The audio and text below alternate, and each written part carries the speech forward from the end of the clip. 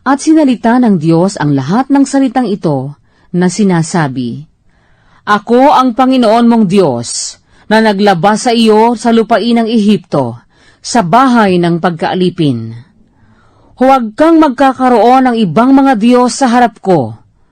Huwag kang gagawa para sa iyo ng larawang inanyuan, o ng kawangis man ng anumang anyong nasa itaas sa langit, o ng nasa ibaba sa lupa, o ng nasa tubig sa ilalim ng lupa.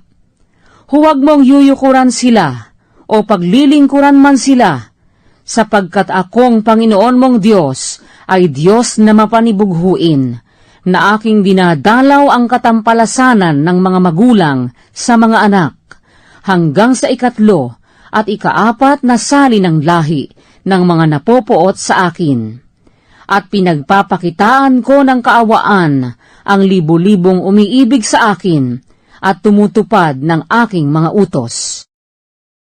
Huwag mong babanggitin ang pangalan ng Panginoon mong Diyos sa walang kabuluhan, sapagkat hindi aariin ng Panginoong walang sala ang bumanggit ng kanyang pangalan sa walang kabuluhan. Alalahanin mo ang araw ng Sabat upang ipangilin. 6 na araw na gagawa ka, at iyong gagawin ang lahat ng iyong gawain. Ngunit, ang 7 araw ay Sabat sa Panginoon mong Diyos. Sa araw na iyan, ay huwag kang gagawa ng anumang gawa, ikaw, ni ang iyong anak na lalaki, ni babae, ni ang iyong aliping lalaki, ni babae, ni ang iyong baka, ni ang iyong taga-ibang lupa na nasa loob ng iyong mga pintuang daan. Sapagkat sa 6 na araw ay ginawa ng Panginoon ang langit at lupa, ang dagat, at lahat ng nangaroon. At nagpahinga sa 7 araw, na anupat pinagpala ng Panginoon ang araw ng Sabat at pinakabanal.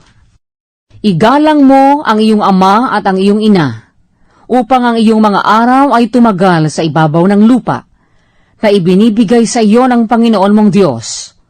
Huwag kang papatay, huwag kang mangangalunya, huwag kang magnanakaw, huwag kang magbibintang sa iyong kapwa, huwag mong iimbutin ang bahay ng iyong kapwa, huwag mong iimbutin ang asawa ng iyong kapwa, ni ang kanyang aliping lalaki o babae, ni ang kanyang baka, ni ang kanyang asno, ni anumang bagay ng iyong kapwa.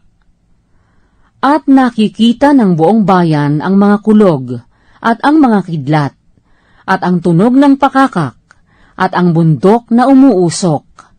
At nang makita ng bayan, ay nanginig sila, at tumayo sa malayo. At sinabi nila kay Moises, Magsalita ka sa amin at aming didinggin.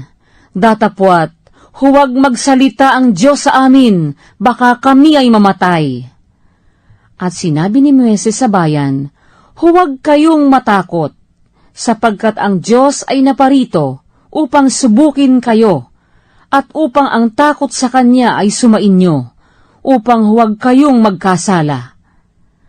At ang bayan ay tumayo sa malayo, at si Moises ay lumapit sa salimuot na kadiliman na kinaroroonan ng Diyos. At sinabi ng Panginoon kay Moises, Ganito mo sasabihin sa mga anak ni Israel, Kayo ang nakakita na ako'y nakipag-usap sa inyo mula sa langit.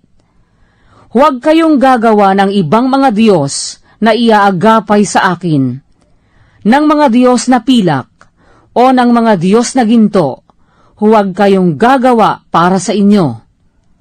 Isang damba ng lupa ang inyong gagawin sa akin, at inyong ihahain doon ang inyong mga handog na susunugin. At ang inyong mga handog tungkol sa kapayapaan, ang inyong mga tupa, at ang inyong mga baka, sa lahat ng dakong aking ipaaalaala ang aking pangalan, ay paparoonan kita at pagpapalain kita.